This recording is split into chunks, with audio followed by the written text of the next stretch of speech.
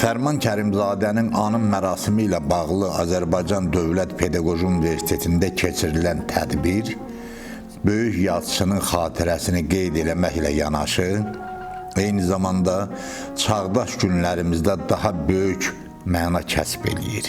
Qərbi Azərbaycan Araşdırmalar Mərkəzinin təşəbbüsü ilə keçirilən anım mərasimində Respublikamızın sayılıb seçilən elm adamlarının iştirakı böyük yazıçının ruhuna hörmət kimi qiymətləndirilməlidir. Fərman Kərimzadənin Qarlı Aşırım romanı ilə bağlı mənim və həm müəllif olan Mahruz Dövlətzadənin birlikdə yazdığımız monoqrafiyanın təqdimat mərasimidir. Monoqrafiyanın təqdimat mərasimini universitetin nəzdində olan Qərbi Azərbaycan Araşdırmaları Mərkəzi təşkil edir. Onların təşkilatçılığı ilə keçirilir. Çünki bu monoqrafiyada əsas tədqiqat obyekti olan roman bilavasitə Qərbi Azərbaycan mövzusunda yazılmışdır. 70-ci illərin əvvəllərində yaranan bu roman böyük marağa səbəb olmuş. Yeni tipli Azərbaycan tarixi romanının nümunələrindən biri kimi meydana çıxmışdır. Və deyərdim ki, İsmail Şıxlının Dəli Küründən sonra ədəbi, elmi mühitdə, hətta siyasi, ictimai mühitdə maraq doğuran, sensasiya doğuran, müəyyən mənada müəlliflərinə baş ağrısı gətirən roman olmuşdur. Çünki Qarlı Aşırım romanı zamanın axarına hesablanmayıb, zamana qarşı yazılıb. Və doğrudur, 80-ci illərə qədərki tənqid bu romanı mümkün qədər inqilabi ideyalarla, inqilabi hərəkatla, kollektivləşmə uğrunda mübarizə hərəkatı ilə bağlamağa çalışıb, kollektivləşmə uğrunda mübarizədən bəhs eləyən əsər kimi təhlil eləməyə çalışıb. Amma əsərdəki qeyri-adi xarakterləri də görüb, Abbasqulu və Şadlinskini, Kərbəlayı İsmailin obrazlarını görüb, onları milli xarakter kimi təqdim eləməyə çalışıb. Amma məsələ burasındadır ki, 80-ci illərdə daxil olmaqla Azərbaycan tənqid və ədəbiyyatşünaslığı bu xarakterlərin qiymətləndirilməsində inqilabı məhək daşı kimi götürüb. İnqilaba xidmət edənlərin mərdliyi, kişiliyi, namus qanunu ilə yaşaması qəbul edilib. Məsələn, belə deyək ki, Abbasqulu bəy Şadlinskinin obrazında, Kərbəlayının isə inqilaba qarşı çıxışı, onun ölmə məhkumluğu ideyasını, hətta belə deyək ki, Yaşar Qarayev kimi nəhəng bir alimimiz zaman onun taleyini çoxdan həll etmişdir prinsipi ilə çıxış edir. Bugün martın 17-si Fərman Kərimzadənin anım günüdür. Yaşasaydı böyük ədib 88 yaşı olacaqdı və bu minvalla bizim onun Qarlı Aşırım romanıyla bağlı yazdığımız monoqrafiyanın təqdimat mərasimidir həm də. Monoqrafiya həm müəllif olaraq Professor Təyyar Salamoğlu ilə birlikdə biz kitabı ərsəyə gətirdik. Mənim də Fərman Kərimzadə yaradıcılığına olan marağım və onun müəyyən etdiyi yenidən oxu konsepsiyası bizi bu əsərin ətrafında bir araya gətirdi və düşünürəm ki, monoqrafiya kifayət qədər maraqlı alınıb. Cənab Ali Baş Komandanımız bir qrup Qərbi Azərbaycan ziyalıları ilə görüşdü və həmin görüşdə bizim doğma yurtlarımıza qayıdışının mütləq olacağını inamla söylədi. Hər birimizdə öləcəyən ümidlər dirildi və Cənab Prezident həmin tədbirdə dedi ki, biz ora tankla, topla, tüfənglə, silahla, müharibə ilə yox, ləyaqətlə qayıdacaq, elmlə, sülhlə, xəritələr əsasında, kitablar əsasında həmin torpaqlara, babalarımızın uyduğu torpaqlara qayıdacaq və biz də bu məqsəddən irəli gələn, bax bu qarşıda olan gözəl bir amaldan irəli gələn məsələ idi və qarşımızda qoyduğumuz işləri necə deyirlər, reallaşdırmağa başladıq və beləliklə də Qərbi Azərbaycan Araşdırmalar Mərkəzini ilk dəfə olaraq Respublikada Azərbaycan Dövlət Pedaqoji Universitetini yaratdıq. Mərkəzin xüsusi bir yanaşması var. Mətbuata xüsusən daha çox üstünlük verir. Yurdun Səsi, İz jurnalı və bu yaxınlarda, deyək ki, bu həftənin içərisində fəaliyyətə başlayacaq saytları fəaliyyət göstərəcək saytda eyni zamanda və bütün dünya dillərinin hamısında olmasa da, bacardığımız miqdarda ingilis dilində, rus dilində, fransız dilində, hətta erməni dilində uğurlu fəaliyyətlə bağlı və ya xalqımızın tarixi ilə bağlı, lap deyək ki, adət-ənənəsi ilə bağlı, lap mətbəxi ilə bağlı, coğrafiyası ilə, hər bir sahə ilə bağlı məlumatlar həmin saytda geniş işıqlandırılacaq. Məsələ buradadır ki, o işıqlandırılan, o verilən məlumatlar məhz dünya dillərinə tərcümə olunaraq yayımlanacaq. Nəyə görə? İnformasiya bolluğuna nail olmaq üçün. Həm Fərman Kərimzadə özü, həm onun yazdığı bu əsər məhz Vidi Basar mahalını əhatə edir. Fərman Kərimzadənin qızı Yeganə xanım kitaba yazdığı ön sözlə demək olmaz, hər halda Yeganə xanımın öz xatirələridir. Mənə maraqlı gəldi ki, inanırsınız, mən Vedidə olmamışam, sanki Vediyə getdim. Fərman Kərimzadənin öz həyatı bir filmdir, bir, necə deyərlər, romandır. Yurt həsrəti ilə, vətən həsrəti ilə döyünən bir qəlbin çırpıntılarıdır. Fərman Kərimzadə özü bütövlükdə Azərbaycanda, Azərbaycan tarixində onun Şah İsmailə həsr olunmuş əsərləri və ya Təbriz namusu, bəli, 2 hissə, yəni Çaldıran döyüşü, Xudafərin körpüsü və digər əsərləri, o cümlədən həmin bu əsəri və eyni zamanda bizim çox gözəl tədqiqatçılarımız, mənim tələbə yoldaşım Təyyar Salamoğlu və ikinci müəllif Mahrux Dövlətzadənin yazdığı həmin bu kitabın tənqid variantları adlı. Mənə elə gəlir ki, yeni baxışlardır bunlar hamısı. Fərman Kərimzadə türk dilli ədəbiyyatımızın sayılıb seçilən imzalarından biridir. Ədəbiyyata 60-cı illərdə gəlib. Tarixi roman janrının zənginləşməsində əməyi danılmazdır.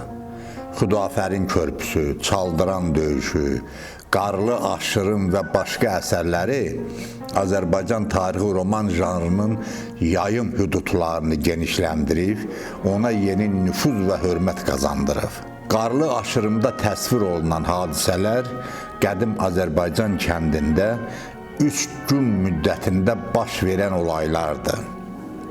Yazıcı qüdrəti bu qısa müddətin zaman hüdudlarını o qədər genişləndirə bilir ki, sanki böyük bir epoxanın bədii tərcümanını ümumiləşdirib. Bu, əlbəttə, yazıcı qüdrətindən soraq verir. Çox vaxt Dəli Kürlə müqayisə edirlər Qarlı Aşırımı. Bu, onun qüdrətini azaltmır, əksinə daha da artırır. Çünki hər iki romanın özündən sonra təsiri və davamı böyük zaman kəsiyini əhatə edir. Fərman Kərimzadənin bu əsəri 70-ci illərdən bəri həmişə diqqət mərkəzində olur. Yəni, təsəvvür edin, Yaşar Qarayev, Asif Ata, Asif Əfəndiyev, Xalid Əlmirzəyev, Tofiq Hacıyev, elə bir ədəbiyyat tarixçisi, ədəbiyyatşünas, tənqidçi olmuş ki, fikir bildirməsin. Çünki bu əsər Dəli Kürdən sonra müəyyən dövrün Azərbaycan tarixində məzmununu anlamaq üçün çox dəyərli bir əsərdir. Amma bu işin bir maraqlı tərəfi də var ki, Dəli Kür daha nüfuzluydu və Dəli Kürün həmin nüfuzlu vaxtında bu əsər meydana çıxdı, amma geri qalmadı. Bax, bu Fərman Kərimzadənin belə deyim, bir yaradıcılıq uğuruydu. Dəli Kür bəlkə də tək qalardı bu çıxmasıydı. Dəli Kürdə söhbət Azərbaycanın Aran rayonlarından gedir. Amma Qarlı Aşırımda dağlardan gedir. Yəni, bu hadisələr orada biraz ayrı cür təzahür edirdi. Həm də gecikmişdi. Çünki bir var kolxoz quruculuğu məsələsi olsun. Bir də var, ondan daha əvvəlki dövr olsun. Rusların gəlməsi və Azərbaycanda o böyük kiçiyin itməsi. Eyni mövzu hər ikisində var, romanların hər ikisində var. Birində çarizmin təsirindən və təzyiqindən, o birisində də fərq eləməz. Sovet dövrüdür, amma yenə çarizm təsiri tipindədir. Və bugün bu əsərin bizim Pedaqoji Universitetdə müzakirə olunması, bu əsər haqqında yazılmış iki fərqli, bir-birinə o qədər zidd olmayan, amma hər halda təhlil baxımından müxtəlif ədəbiyyatşünaslar nəslindən olan demək, tədqiqatçıların əsərinin, təhlillərinin bir kitabda təqdim olunması bu çox maraqlı idi. Və müzakirələr də çox belə dəyərli oldu. Mənə belə gəlir ki, mən əlbəttə Mahirə xanımın, professor Mahirə Hüseynovanın xidmətlərini xüsusi qeyd eləmək istəyirəm. Ona görə ki, bu birinci əsər deyil, birinci tədbir deyil, ümumiyyətlə Qərbi Azərbaycanla bağlı aşıq ədəbiyyatından başlamış, yazılı ədəbiyyata qədər, müasir ədəbi prosesə qədər, yəni bu tipli məsələlərin, mövzuların işlənməsi, müzakirəsi üçün çox belə qəhrəmancasına demək, xidmət göstərir və Azərbaycan prezidentinin bizim qarşımıza qoymuş olduğu o vəzifə ki, biz Qərbi Azərbaycana, o yerlərə mütləq qayıdacaq, onun o mənəvi tərəflərini hazırlayır. Ki, bunlar bizim üçün çox, elə bilirəm ki, vacibdir, dəyərlidir və Təyyar Salamoğlu'nun da, Dövlətzadənin də işini təbii ki, alqışlayırıq və onlar bizə imkan verdi ki, biz Fərman Kərimzadəyə, qarlı aşırıma bir daha qayıdaq. Onu bir daha təhlil eləyək, heç olmasa özümüz üçün. Amma gördük ki, bu müzakirələr tək özümüz məsələsi deyil, miqyasca daha kənara çıxdı və elə bilirəm ki, həm də bura tədqiqatçıların, araşdırıcıların, ədəbiyyatşünasların fəaliyyət göstərdiyi bir məkandır. Pedaqoji Universitet və burada deyilən söz də bütün Azərbaycana və bütün dünyaya yayılır.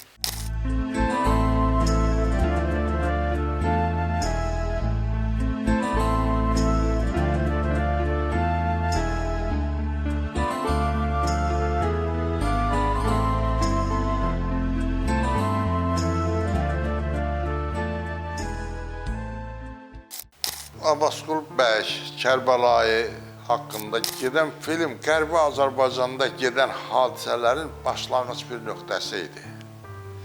Fərman Kərimzadə bu əsərlə dünyaya çatdırmaq istəyirdi ki, belə bir torpaq var, belə bir torpaqda qəhrəmanı da var, ağsaqqal da var və bu kinonu davam elətdirəcəkdi. O, Abbasqulu bəy ömrünün son 3 gününü verib. O, buradan yola düşüb gedib ora, bir gecə qalıblar qardaşoğlu gildə, sonra gəlib axtarıblar, tapa bilməyiblər, görüşə bilməyiblər, amma kinoda görüşüblər. Bu, 3-cü gündə bunu vurublar. 3 günün hadisəsidir bu. Bəli, 3 günün hadisəsidir və o 3 günün hadisəsində Fərman Kərimzadənin o qoçaqlığı ondan ibarət ki, 3 gündə hadisələri elə yazıb ki, bu iki insan dünyavi qəhrəman olublar. Elə bir böyük bir epoxa. Epoxanı yazıb. Siz təsəvvür edin ki, mən bəyan orada demədim. Ruslar kitab buraxıblar, Zemlya Qranatovых Derevni. Məndə var idi, özü də bu kitabı hardan almışdım. 83-cü ildə Vediyə gedəndəki məktəbin 100 illiyinə girdim kitabxanaya, gördüm belə bir Fərman Kərimzadənin belə bir kitabı var. Fərman Kərimzadənin belə kitabı yoxdur, mən eşitməmişəm. Açdım, baxdım ki, orada Fərmanın 2 əsəri veriblər. Bir bu son axırıncı aşırımı, bir də başqa bir əsərini Rus dilində Moskva buraxıb. Və o kino getdi. Və getdi, çox böyük səs-küyə malik oldu. Səbəb oldu. O kino bütün SSR-də tanındı. Mən o dövrlərdə aspirant dövründə Xarkov, Moskva, Belarusiya gəzmişəm, dolanmışam. Kinoya baxanlar tanıyırdı, eşidirdi, deyirdi, bizim haqqımızda da söhbətlər gedirdi. Və bəzən bizimkilər deyirdilər ki, o kino sizə xoşbəxtlik gətirdi, amma o kino bizim tayfa üçün əslində bir bədbəxtlik də gətirdi. Neydi o bədbəxtlik? Bədbəxtlik o idi ki, 30-cu illərdən sonraki Abbasqulu bəy vuruldu. Bu bəylərə hücum başlayan bizim hamımızı vurdular. Təsəvvür elə, atam 32-ci ildə partiya üzvlüyə namizəd verir. 38-ci ildə onu qəbul elədilər. 6 il namizədliyi yox idi axı o vaxt. Ki, bu bəy quyruğudur. Mən böyük bacım İrəvan Pedaqoji Universitetində oxuyurdu. Qovdular oradan. Çıxartdılar, vəzifədə olanları çıxartdılar. Qərbi Azərbaycan mövzusunda olan əsərlər bugün bu universitetdə, bizim Azərbaycan Dövlət Pedaqoji Universitetində, 104 yaşlı universitetdə ardıcıl olaraq bu kitabların təqdimatları keçirilir və Respublikamızın çox möhtərəm ziyalıları, alimləri, millət vəkilləri burada gəlirlər, qonağımız olurlar, öz sözlərini deyirlər. Siz indi həmin tədbirdə oldunuz. 2 akademik vardı. Nizami Cəfərov öz sözünü demiş adamdır. Muxtar İmanov öz sözünü demiş adamdır. Və yaxud da Hikmət Baboğlu bütün tədbirlərimizdə var. O cümlədən mənim çox hörmət etdiyim Vaqif müəllim, Vaqif Şadlinski. Eyni zamanda onun nəsil şəcərəsidir bunlar. Amma gördünüz, doğrunu doğru, əyrini əyri, hər nə var necə vermək lazımdır. Əslində qalsa cənab prezidentin də bizə çağırışı bundan ibarətdir ki, xəritələr nə deyir? Avropa səyyahlarının, Rus səyyahlarının, hərbiçilərin tərtib etdiyi xəritələr nə deyir? Azərbaycan torpaqlarıdır. Bu torpaqlar xəritələrdə göstərilir, öz adı ilə göstərilir. Çox təəssüflər olsun ki, 1935-ci ilin 3 yanvarında Ermənistan hökumətinin bir qərar qəbul elədi, toponimlər dəyişdirilsin. 2310 toponimdən 2000-i türk dilində idi, türk mənşəli sözləri idi və bunlar dəyişdirildi. Səbəbi nə idi? Səbəbi o idi ki, dini xarakterlidir, erməni hökumət deyirdi və yaxud da feodal, patriarxal dövrün tör-töküntülərinin mühafizə eləyir. Heç də belə deyildi. Qətiyyən bir də mənə elə gəlir ki, əgər bu torpağın adını daşıyır, toponimlər, daşıyıcılar, toponimlər sizindirsə, erməninsə, onu da dəyişdirməyə nə hacət var? Qoy sizin olsun da. Dəyişdirməklə erməniləşdirmə prosesi başlandı və sonu da bildiyiniz kimi son deportasiyada tamamlandı. Və bunu da ədəbiyyata gətirən, xalqın, necə deyərlər, yaddaşından ədəbiyyata gətirən, gələcək nəsillərə ötürən, gəncləri maarifləndirən məhz belə əsərlərdir və bu əsərlərin təbii ki, təqdimatıdır. Biz də bunlarla məşğul oluruq. Sonra bir növü bir stabillik yarandı, Abbasqulu bəy belə gəldi, hörmət getdi, sonra dava düşdü kinonun üstündə. Əsərin üstündəki adları eyni bir xoruz oynadan belə gəldi, o birisi belə getdi, var əsərlərdə var da belə bir şey. Buran Qəmrov belə gəldi, Qəmrovunu kim öldürdü? Qəmrov Abbasqulu bəyi öldürdü. Kəndlərdə Abbasqulu bəyin adamlarıyla Qəmrovun adamlarının düşmənçiliyi yarandı. Kərbəlayının qardaş uşaqları Məhərrəmlə Tərtərdə olurdular. Və başqa Abbasqulu bəyin qohumları arasında, bizim qohumlar arasında narazılıqlar yandı. Bir-birinə pislik eləməyə başladılar. Çox böyük bir vedi cəmaatı arasında o keçmiş qarın düşmənçiliyi kimi belə bir hadisə yarandı. Demək, Fərman Kərimzadəyə də təsir oldu. Çox böyük. Fərman Kərimzadənin qovum müharibəsinə də hücumlar keçdi. Hətta dövlət səviyyəsində onların insanları ki, vəzifədə çalışan adamlar var idi. Məhərrəmin qovumları, o birisinin qovumları var idi, KQB-də işləyən vardı. İnsanlara pislik eləməyə başladılar. Mənim özümə aspirantura dövründə hücumlar oldu. Böyük qardaşıma hücumlar oldu ki, bunlar belədir, onlar elədir. Yəni, sonra insanlar yavaş-yavaş dərinə gedəndən sonra öyrəndilər ki, bu məsələ belə deyil. Abbasqulu bəy haqqında başqa kitablar çıxdı, yazılar çıxdı, dərinlər çıxdı. Cəmaat bilmirdi, nə tanıyırdılar ki, Kərbəlayı kimdir, Abbasqulu kimdir və yaxud Kərbəlayının qardaşı qızı Abbasqulu bəyin qardaşı oğlunda ərdədir. Bu dərəcədə qovumluq əlaqələrimiz var. İndi də var. Bu əsər vedi cəmaatın nüfuzunu qaldırdı. Əlbəttə qaldırdı. Çox böyük qaldırdı. Bizim də nüfuzumuzu qaldırdı. Kərbəlayın da nüfuzunu qaldırdı və Qəmrovunu da bir qəhrəman kimi göstərdi. Qəmrov kəndin içərisində bayaq mən dedim, qıfıl düzəldən idi. Qıfıl düzəldən idi. Amma onunla beraber Abbasqulu bəylə beraber ermənilərlə vuruşmuşdu. İlgid adam olub. Ümumiyyətlə, o dağ adamları, bizim o dağ tərəfin adamları, Vedinin dağ tərəfi, ömür boyu bunlar hamısı qoçaq adamlar oldu. Abbasqulu bəyin tayfası ümumiyyətlə varlı bir tayfa idi, xan nəsli idi, bəy nəsli idi. Bunlar İrəvan xanlığının o Güzgülü sarayını tikdirən odan kişi Abbasqulu bəyin anasının qardaşı idi. İrəvan xanı idi. Özdə 6-7 il İrəvanda xanlıq elədi. İctimai gerçəkliyin xalq xarakterinin ədəbi tənqiddəki parlaq əksinə nəsrdə, şeir və dramaturgiyada olan bədii obrazların tənqid obrazlarına rast gəlmək çətindir. Məsələn, Dəli Kür kimi nəsr əsərini dərindən açan, Dəli Kürü tənqiddə yenidən yaradan, onun həm hüquq tənqid obrazı olan məqaləmiz hələ də yoxdur. Yaşar Qarayev, professor. Kollektivləşmə uğrunda mübarizə dövrünün həqiqətlərini obyektiv, bədii təhlil müstəvisinə gətirən əsəri bir-birindən ayırmağın vaxtı çatmışdı. Fərman Kərimzadənin Qarlı Aşırım romanı məhz belə kollektivləşmə dövrünün həqiqətlərini ədəbiyyata gətirən misilsiz roman kimi qiymətləndirilməlidir. Təyyar Salamoğlu, professor. Bu monoqrafiya müstəqillik dövrünün düşüncəsi ilə yazılıb, yeni metodoloji istiqamətdə yazılıb. 20 ildən artıq bir müddətdir ki, özünə məxsus bir konsepsiyan var. Yenidən oxu və bədii mətn həqiqətlərindən çıxış elə. Mən düşünürəm ki, Azərbaycan ədəbiyyatı ilə Azərbaycan ədəbiyyatşünaslığı arasında Sovet rejiminin ədəbiyyat siyasəti Çin səddi kimi dayanır. Bədii mətnlərdəki həqiqətləri, xüsusən alt qatdakı həqiqətləri Sovet ədəbiyyatşünaslığında üzə çıxarmağa imkan verməyiblər və biz bu monoqrafiyada məhz həmin alt qatları üzə çıxarmışıq.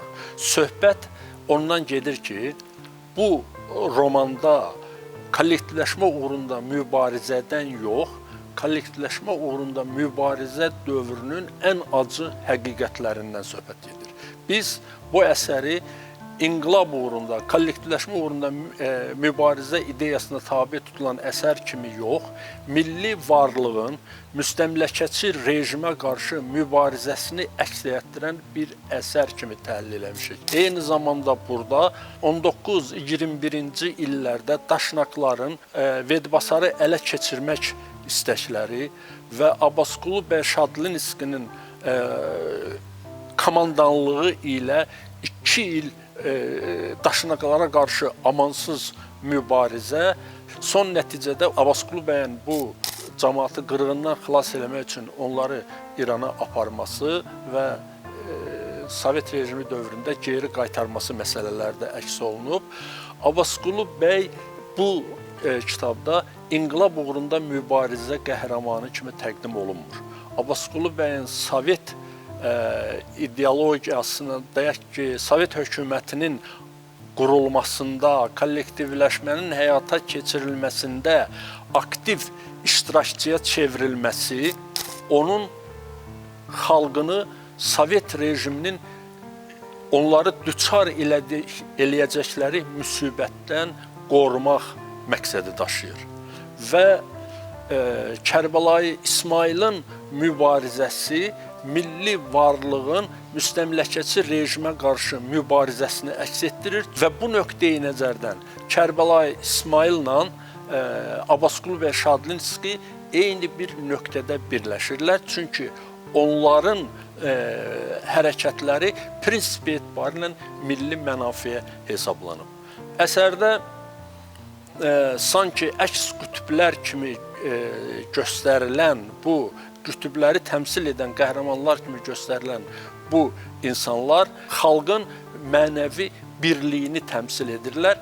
Çünki Kərbəlayı İsmail qaldırdığı qiyamda belə deyək ki, Sovet rejiminin gəlişi ilə əslində öz varlığından, öz milli xarakterindən çıxır, müəyyən mənada qəmlolaşır, Abbasqulu bəyin ölümünə fərman verir, amma Abbasqulu bəyin ölümü onu ayıldır. Çünki o başa düşür ki, Abbasqulu bəy vaxtı ilə düz deyirdi. Silahın yox, cəbbəxanan yox, Sovet hökumətinə qarşı necə vuruşacaqsan? Bizim 20 illik təcrübəmiz vardı, amma biz Sovet hökumətinin daşnaqlarla müqayisədə gücünü gördük və onlara qarşı çıxmadıq. Abbasqulu bəyin sözlərindən belə çıxır ki, sən də çıxma və xalqı xilas eləmək lazımdır. Əslində isə müstəqillik dövründə bu əsərdə və bununla yanaşı bir sıra tarixi əsərlərimiz yeni baxış tələb edir və biz bu Sovet ədəbiyyatşünaslığının o ideologiyanın təsiri ilə buraxdığı səhvləri deyək, bir nəzərdən keçirtmək və o səhvlərə bacardığımız qədər düzəlişlər etmək qərarına gəldik. Düzəlişləri təbii ki, biz hər hansı bir şəkildə etmirik. Düzəlişləri yalnız bədii mətn həqiqətləri ilə etmək mümkündür. Fərman Kərimzadənin ortada bir bədii əsəri var və o əsərdə kifayət qədər faktoloji məlumatlar var və həm də onu deyim ki, Fərman Kərimzadə bunu sadəcə tarixi kitablardan əldə etmədi oradakı məlumatları. O birbaşa 45-ci ildən başlayan deportasiyada yeniyetmə yaşlarında idi və o hadisələri öz gözü ilə görmüşdü.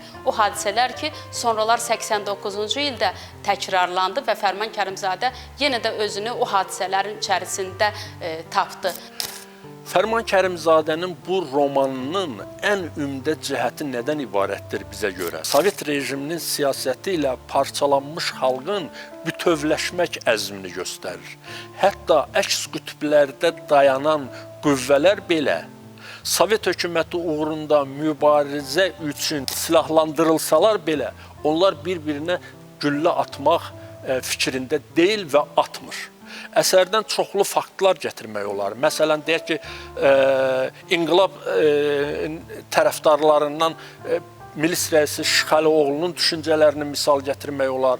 Kərbəlayının tərəfindəki Qəmlonun adamlarından birinin Qəmloya dediyi sözləri misal gətirmək olar ki, biz axı eyni cəmaatıq, eyni xalqıq. Onların düşüncəsində belə bir məsələ var ki, biz niyə bir-birimizə silah tuşlamalıyıq. Və eləcə də Kərbəlayının adamlarının Abbasqulu bəyin ölümündən, Xəllin ölümündən doğan sarsıntıları millətin bütövlük əzmini göstərir. Ədəbiyyat hansı mövzuya həsr olunursa olunsun, hansı ağır problemə həsr olunursa olunsun, o insanı işığa doğru aparmalıdır. Bu əsərdə sarsıntıdan doğan bir işığı var. Kərbəlayı İsmailin, deyək ki, o Sovet dövrünün ədəbiyyatşünaslığında deyildiyi kimi, Kərbəlayı İsmailin mübarizəni davam etdirməməsi, silahı yerə qoyması onun məğlubiyyəti ilə bağlı deyil. O, sadəcə olaraq Abbasqulu bəyin ölümü ilə xalqın bir-birinə silah qaldırmasının acı nəticələr verəcəyini başa düşür və buna görə də silahı yerə qoyub öz xalqına, elinə, obasına necə deyərlər, daha artıq fəlakət gətirmək fikrindən daşınır. İndi Qəmlonun məsəl üçün qardaşı oğlu ilə Abbasqulu bəyin dayısı oğlu kirvəllər. Təsəvvür edirsiniz, qız alıblar, qız veriblər və bəziləri də o dövrdə familiyaların dəyişdilər qorxudan. Məsəl üçün, Bəşir bəyin övladları, Bəşir bəy mənim oğlu babamdır. Bəşir bəyə yaxın olan adamlar, Bərdədə yaşayanlar var idi, Əlbərəmdə yaşayanlar var idi. Bunlar familiyaları dəyişdilər, Bəşirov idilər. Sultan bəyin övladları, Böyük ağanın, Aslan Sultanın nəticələri, onlar oldular Sultanovlar. Cəlil bəyin qohumları Firidun Cəlilov oldu. Bu əsər Rusiyada, orada, burada mən eşidirdim də, o vaxtlar danışırdı alimlərlə, mən Rusiya Elmlər Akademiyasının üzvüyə söhbət gedində deyirdi ki, biz bildik ki, hələ bir Yerevanın uzaq bir kəndində də belə cəhsur adamlar olub, belə sayfalı adamlar edilib. Bu Bu Azərbaycanda da, bu hissəsində də mən yenə də bayaq dedim, yenə də deyirəm. Bu nə qədər o tayfaya nifrət oyatmaq olardı. Bura İrəvanlıdır, gəlmişlərdir. Fərman Kərimzadənin həm özünün təcrübəsindən, həm özünün yaşadıqlarından, həm də onun qohumlarının, yəni qohumları o mənada ki, o onlarla ünsiyyətdə idi, onlardan kifayət qədər məlumatlar toplayırdı və təbii ki, digər hadisələrin, digər şahidlərini də dindirməklə bu əsəri ərsəyə gətirmişdi. Yəni kifayət qədər şahid söhbətlərinin əsasında əsər ərsəyə gəlmişdi. Ona görə o digər tarix əsərlərdən kifayət qədər fərqlənir. Mənim öz yazdığım fəsillərdə əsasən tarixi faktlarla bədii əsərdəki faktların qarşılaşdırılması, müqayisə edilməsi kontekstində mən yanaşmağa çalışdım. Düşündük ki, fərqli-fərqli məsələlərdən söhbət açaq, bir-birimizi təkrarlamayaq eyni əsərdən danışsaq da. Məsələn, Təyyar müəllimin deməli işlədiyi hissədə at kultu var. Abbasqulu bəyin deməli atınla bağlı məsələlər var ki, onu folklordan gəlmə at kultunla bağlayıb. Orada Abbasqulu bəyin ölüm səhnəsindəki o ağac, dağın başındakı o tək ağacı isə mən ağac kultu ilə, türklərdəki qədim ağac kultu ilə bağlamışam. Sonra ümumiyyətlə ədəbiyyatşünaslıqda orada Talıbov obrazı var ki, ona münasibət tamamilə müsbət bir yanaşma tendensiyası müşahidə olunur Sovet ədəbiyyatşünaslığında və sonraki tədqiqatlarda.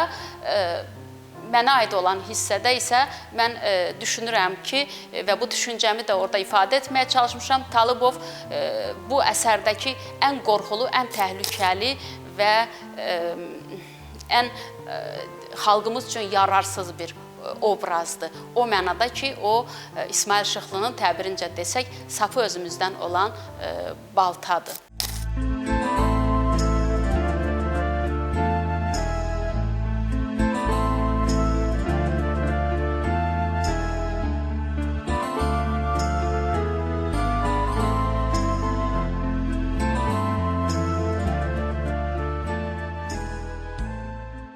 Fərman Kərimzadənin böyüklüyü ondan ibarət idi ki, bu yazıçılar ittifaqının içərisində bir dənə yaxşı daş atdı, heç birinin başı çıxmır. Onun deyirəm də başı çıxmır, bir dənə tənqidi əsər yazıb tam ortaya qoya bilmirlər və yazdığı əsərlərin, sözlərin, cümlələrin mənasını çox sələ başa düşməyən var orada. Əslində bayaq dediyim, bu mənim demək ki, Azərbaycan ədəbiyyatına baxış konsepsiyamın tərkib hissələrindən biridir. Azərbaycan ədəbiyyatı Sovet ədəbiyyatşünaslıq düşüncəsində Azərbaycan ədəbiyyatının mətn həqiqətləri axıra qədər açılmıyor. Çünki rejim buna imkan verməyib. Bayaq dediyimiz kimi, milli bütövlük, milli kimlik indi ən aktiv məsələdir. Məsələ burasındadır ki, Azərbaycan ədəbiyyatşünaslığının böyük əksəriyyət əsərlərə münasibəti milləti bütövləşməyə doğru aparmır. Aşağı-yuxarı təbəqə münasibətlərini zidd münasibətlər kimi təqdim edir. Amma əslində Azərbaycan ədəbiyyatında hələ 20-ci əsrin əvvəllərindən ta Sovet dövrünün əsərlərinə qədər xalqı parçalamaq ideyası yoxdur. Əksinə, onları bir bütöv kimi. Çünki millət fərqli sosial təbəqələrin eyni bir düşüncəyə malik olduğu, eyni hədəfə vurduğu zaman formalaşır. Ona görə də ədəbiyyatşünaslıq təhlillərində aşağılarla yuxarıları düşmən kimi göstərib, ancaq aşağılara bəraət vermək, yuxarıları isə inqilab düşməni kimi qələmə vermək, mahiyyətcə milləti parçalamaq deməkdir. Biz milləti parçalamaq tendensiyasını rədd edir və yazıçılarımızın milli bütövlük uğrunda mübarizə apardıqlarını düşünürük və müəyyən mənada həm də deyirik ki, sübut edirik. Fərman Kərimzadə müdam tənqidin nəzər diqqətində olub. Vaxt, bivaxt ədəbi müzakirələr meydanına çevrilib. Bu dünən də olub, bu gün də olur, sabah da olacaq. Müzakirələrdə həqiqət öz yerini tapır. Təbiidir ki, yazıçı ilə, Fərman Kərimzadə ilə, müəlliflə bərabər.